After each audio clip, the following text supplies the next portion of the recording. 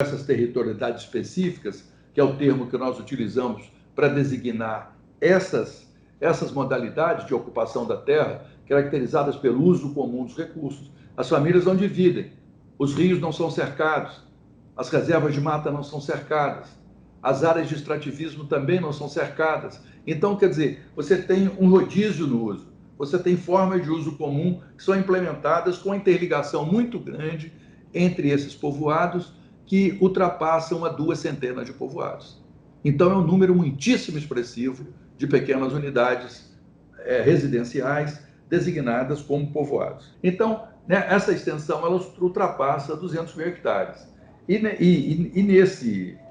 nesses lugares se estabelecem o que são hoje as comunidades remanescentes de quilombo. Então, a definição de quilombo aqui não é exatamente que se fosse, não equivale a negros fugidos, não equivale a escravos que evadiram das grandes propriedades, muito pelo contrário. Quem vai embora são os grandes senhores.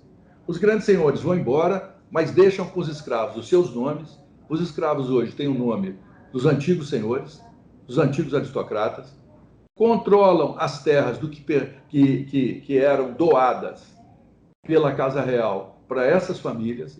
Tudo aquilo que estava na mão dessa camada aristocrática, dessa aristocracia agrária, tudo isso hoje está colocado, né? Hoje e desde 200 ou 300 anos para cá, está colocado nas mãos das famílias dos ex-escravos. Está registrado na Fundação Cultural Palmares 156 unidades sociais chamadas povoados como comunidades remanescentes de quilômetros de Alcântara, hoje. O número de pessoas que ultrapassa 12 mil.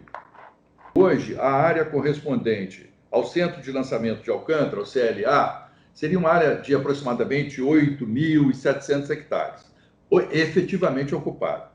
Essa área, antes dessa área, havia 32 comunidades, que foram retiradas à força em 1986, compulsoriamente, e foram transferidas para 7 agrovilas, para você ter ideia, que eram prometidas como um paraíso de modernidade, e que hoje se verificaram como um locus de fracasso absoluto, porque as famílias não têm alternativas.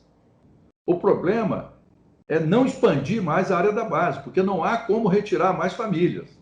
O movimento dos atingidos pela base, o chamado MAB, o Sindicato dos Trabalhadores Rurais de Alcântara, né?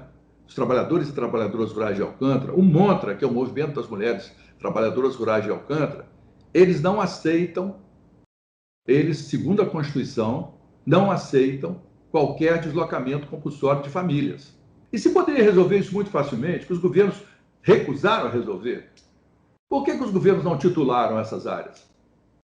A partir do momento que elas foram certificadas pela Fundação Palmares? Ou a partir do momento que foi feito o RT&D pelo INCRA? Não, quer manter um estado de ambiguidade o tempo todo. Uma ambiguidade que aparentemente só favorece o poder.